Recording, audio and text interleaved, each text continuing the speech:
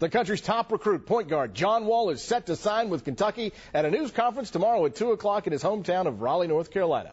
Wall says while Duke and Florida were in the mix, it was really between Miami and Kentucky. His desire to play for Calipari was the difference.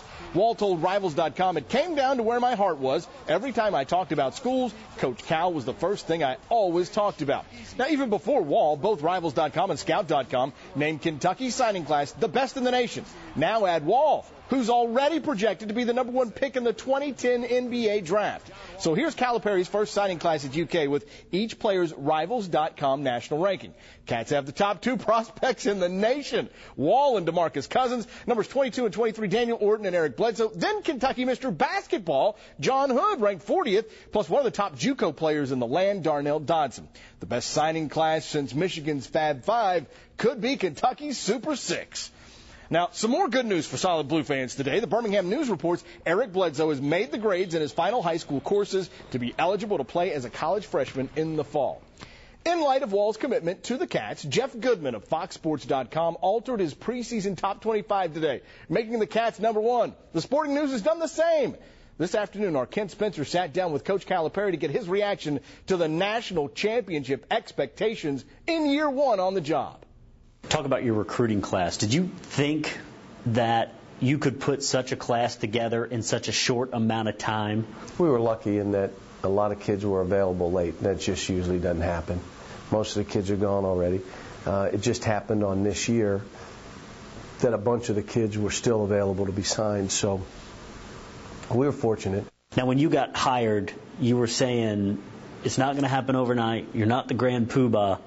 But on paper, with some of the guys you have coming back, some of the recruits you got coming in, this looks like a very good basketball team. Does some of those expectations change a little bit? I still say the same thing. I mean, I'm happy people were excited. I want them happy and excited about today because something great happened. But don't start thinking of April. What we're thinking of is, all right, we got to get through this summer. Let's see what other good news is. Maybe some kids commit. There are other good things happening. Someone watches our guys play in the summer and goes, oh, my gosh, they don't have any idea, but it's good. But you're not worried about April right now. It is about the path staying day to day. The path, not the prize. You can see that entire interview on WTVQ.com. Now, the remaining piece of the puzzle is Jody Meek's decision. Larry Orton, the father of UK signee Daniel Orton, tells Larry Vaught of the Danville Advocate-Messenger he hears Meeks will be back after testing the NBA waters.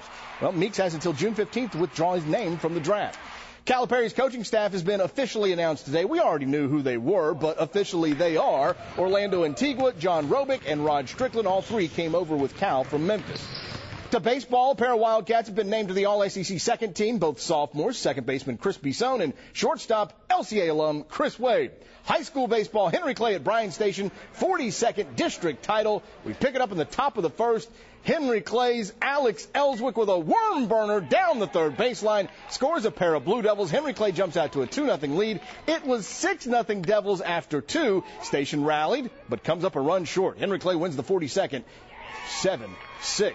And in the semifinals of the 43rd, second-ranked team in the state, Tates Creek sees its season end. The 7th-ranked Lexcath 5-3. Number one LCA tops Lafayette 3-0. LCA, Lexcath, district championship tomorrow night, 7 o'clock, Lafayette.